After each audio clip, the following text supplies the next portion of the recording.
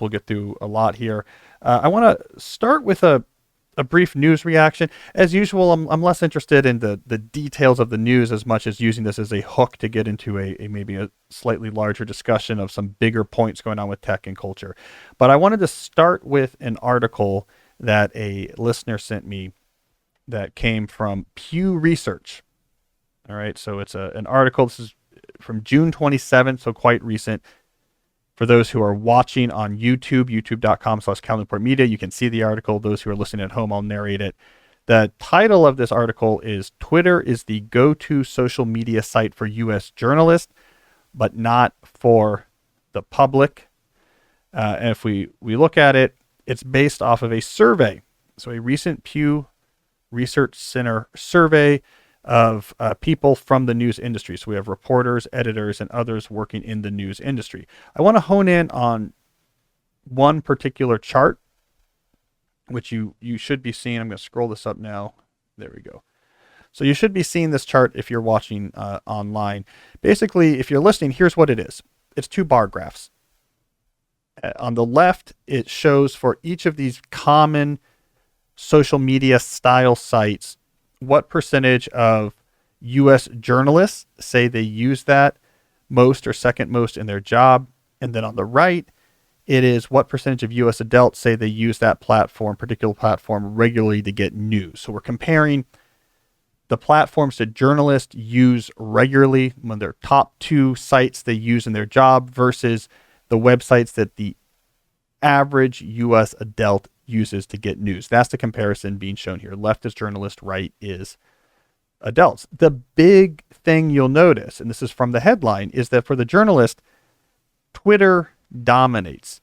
69% of the journalists surveyed say Twitter is their top one or two platforms they use for their job. You look next to it, you look at U.S. adults, and you see Twitter is 13%. 13% regularly use that to get news. So there is a major difference between the digital world in which journalists live versus the digital world in which most U.S. adults live. Journalists are very Twitter focused. That is where they find news. That is where news is discussed. The average American adult is not. Now, this matters for a couple reasons. One, as we've covered numerous times on this show, there is a real effect, a real filter effect of what you see and how it is portrayed based on the particular platform you look at. So Twitter creates its own ecosystem of what's important and what's not important, how we should feel about this, how we shouldn't feel about this. And it's a very emotionally salient ecosystem. So it not only pushes things to the forefront as being important, but it does so with great emotional gusto. So if you're a journalist who lives in this world, you are being exposed to these huge, seemingly huge upswellings of emotion and commitment and engagement and activism, which may actually be largely artifice or at the very least largely separate from what the population as a whole believes. This is why, as we covered in previous shows, we're beginning to see some of the major news companies pushing their staff away from Twitter because of this effect. New York Times being the most prominent example, them telling their reporters, please stop using Twitter. Like this is not helping the quality of our reporting. The other issue with Twitter, it's not captured directly, but is implied by this graph, is that the reaction to what you do as an individual who posts on Twitter can be quite strong. We talked about this in a previous episode. Feedback is something we're wired to take seriously. So if you're a journalist who uses Twitter as your primary tool, like 69% of US journalists do, you're constantly working with this digital sword of Damocles hanging over your head. What if I say the wrong thing and really upset the crowd on Twitter? What if I miss out a particular caveat or don't mention this other factor that could be happening and I really get swarmed on by other people? This is anxiety producing. This is nerve wracking, and it really can push coverage in certain directions. Certain issues are never talked about, or other issues are drowned in all sorts of defensive maneuvering. So there is all of these negative side effects, both what you see and how you worry about people seeing you if Twitter is the main thing you use. Most people don't use it. Journalists do. So it's an interesting separation. There is, however, something new I want to remark about, new to this show. that I think is significant. And I don't quite understand this well, but I want to put a preliminary stake in the ground here. Let's look at the right side of this chart. So the sites that U.S. adults in general use to get news. Look at number 2, YouTube. It's the second most used site by U.S. adults to obtain news. So what's going on with that? Well, I think what this might be reflecting is generational. There is, I think, for the younger adult generations, what I guess you might call Gen Z and the younger millennials, a shift towards YouTube being a replacement for what my generation would have used cable for. That YouTube has become your source of television style entertainment. And so why are you getting a lot of news from YouTube? Because that's where I watch shows, putting quotation marks around them because they look very different than they did before. But if I want news, maybe I'm looking at Breaking Points or Kyle Kalinske, or if I'm on the other side of the political spectrum, Ben Shapiro or what have you. But this is actually where I think a whole generation is going for relatively reasonably produced video content. Now, I think this is really significant. I think it's really significant because it is a different game than is being played by the real flashy players in the online digital attention economy. We're looking now at the war between TikTok and Facebook, and there's Instagram and there's Twitter, and these are the platforms that are getting a lot of attention now. But they're playing a different game. Those platforms are playing what I think of as being the more short-term game of how do we get maximum engagement from people today? How do we get you to put your eyeballs on this app as long as possible? And so Facebook adds this feature, and then TikTok tries something different, and then Instagram tries to pivot, and let's try to use Reels here to be more TikTok-like. And it's just fighting short-term to get people to glue their eyes to these screens. And they're using user-generated content. Most of it's not super high quality. Fine. YouTube, I think, is playing a longer game. It is looking at what happened when the web came along, and it completely disrupted and democratized the production and publication of text. You used to have to be a newspaper or a magazine or a book publisher to have any sort of mass audience for text. The web said anyone could do this now. YouTube is doing this with video, and I think it's a really important shift. It's going to change long-term how we consume and produce video content away from the TV and towards these new sort of mediums that YouTube is experimenting with. And I don't think the game is, how do I do this addictive TikTok style experience that's going to get you glued to this as much as possible? I mean, maybe they care about that in the short term, but the long-term impact, I think, of democratizing video is going to be a complete change of that landscape. So we see hints of that in 22% of US adults getting their news from YouTube. That's because YouTube is their TV. That is their cable TV. They don't go to CNN. They go to a YouTube channel of someone they trust. They want to know about, let's say, the latest COVID news. Instead of going to Fox News or MSNBC, they will switch to something like John Campbell's YouTube page, a former nurse and instructor of nurse who has a YouTube page where every other day, or maybe even every day, he literally just takes the statistics of what's going on in UK in particular with COVID numbers, and he goes through them, and the camera shows him the paper, and he just ticks things off with his pen and just let's go through the numbers and see what's happening. 2.5 million subscribers. He had more people watching those videos than are watching the morning show on CNN. So this, I think, is interesting. And where is this all going to lead? Well, I honestly think the red herring in this conversation, the red herring is the highly engaging, addictive, TikTok-style, user-generated, go straight into my brainstem type, quick 15-second content. What I think is going to emerge from the YouTube world is this medium-level production value. Like, I think this is what's going to be important. This is what is going to disrupt the television, in particular, the cable television landscape, which is hundreds of billions of dollars of economy. What's going to disrupt this is people creating videos, but not creating videos quickly with their phone to go to TikTok, but people who have some production value, that they have a set, they have some good lights, they have some people working on it. It's still a fraction of the cost of producing a half hour of standard terrestrial linear cable programming, but it's good enough production values. We saw that happen in the blogging revolution. It was individual bloggers that gave way towards content sites you get the like Buzz feeds and the Slates and the Vox that actually were replicating newspaper magazine quality, but at a fraction of the production cost. We're seeing that in audio. What's happening in podcast? We're seeing this large industry eating into and about to conquer radio.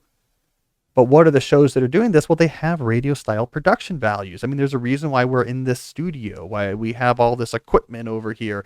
It's a lot cheaper than running an NPR affiliate, but it's when you cross that uncanny valley into production values that are close enough to professional, that's when these democratized channels for media production become important. And that, I think, is the important thing happening in YouTube, is not my picture I took with my smartphone, but the breaking point set where they have a pretty good lighting grid and they're using a $60,000 4K camera, 3-camera system with a TriCaster so that you can actually display their show on a 4K large screen television and it looks the same resolution style as what's coming out of the TV studios.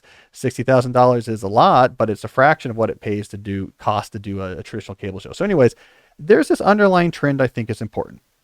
YouTube is becoming the new TV for a bigger generation.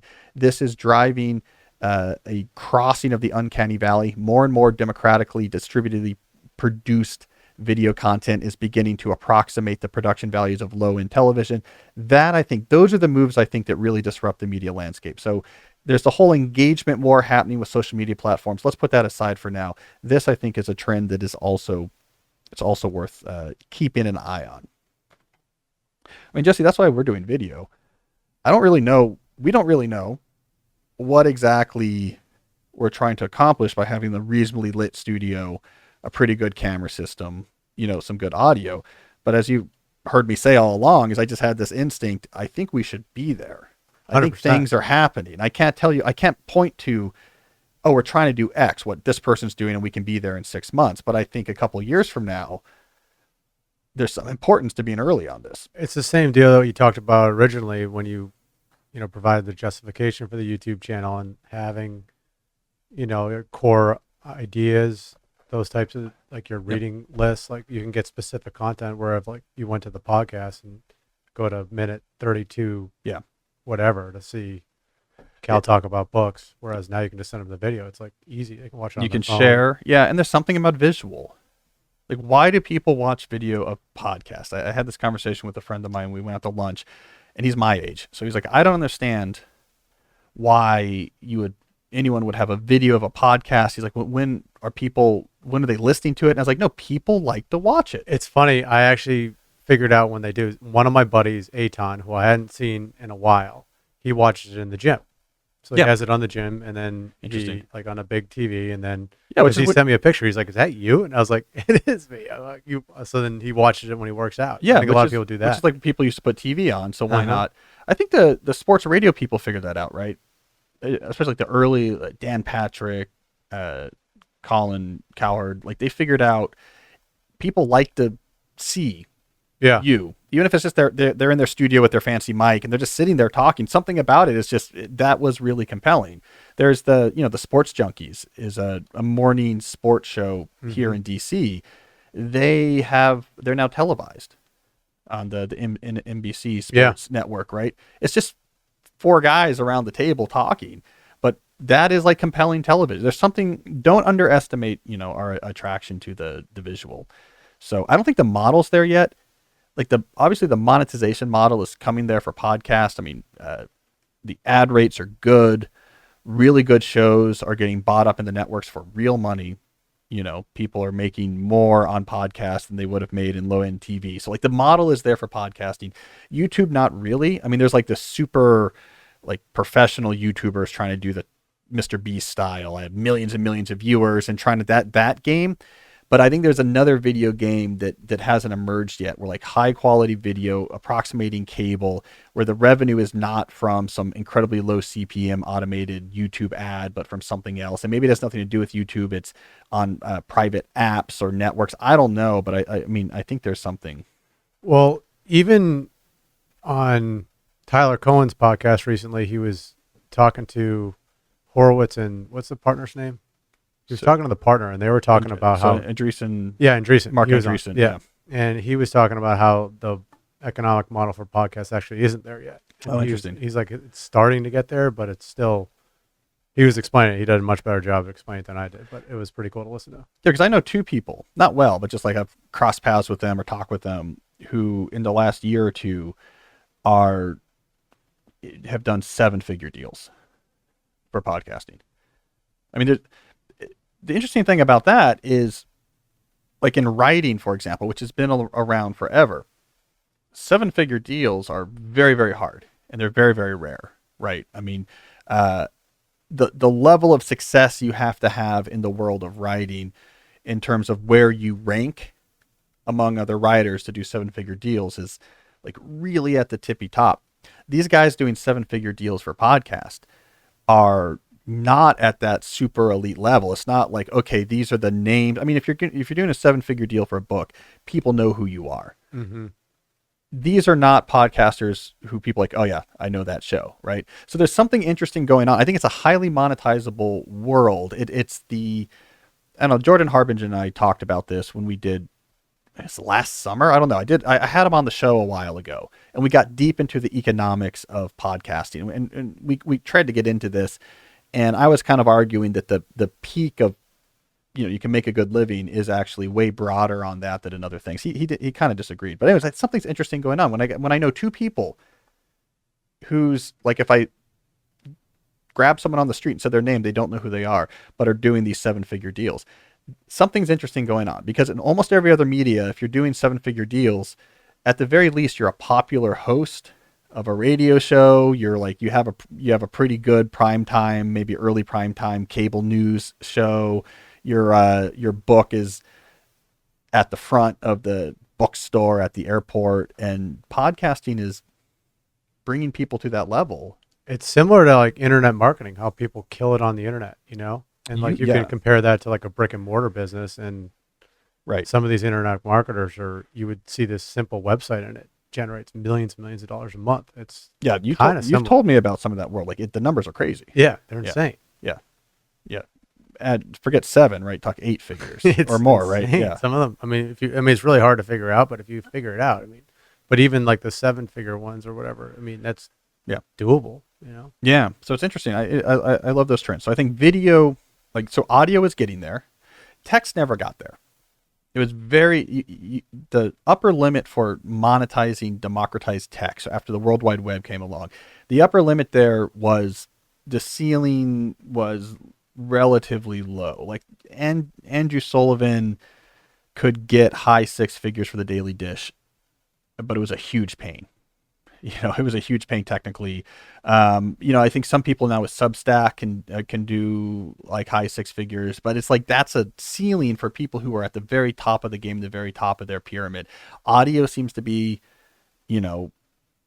better.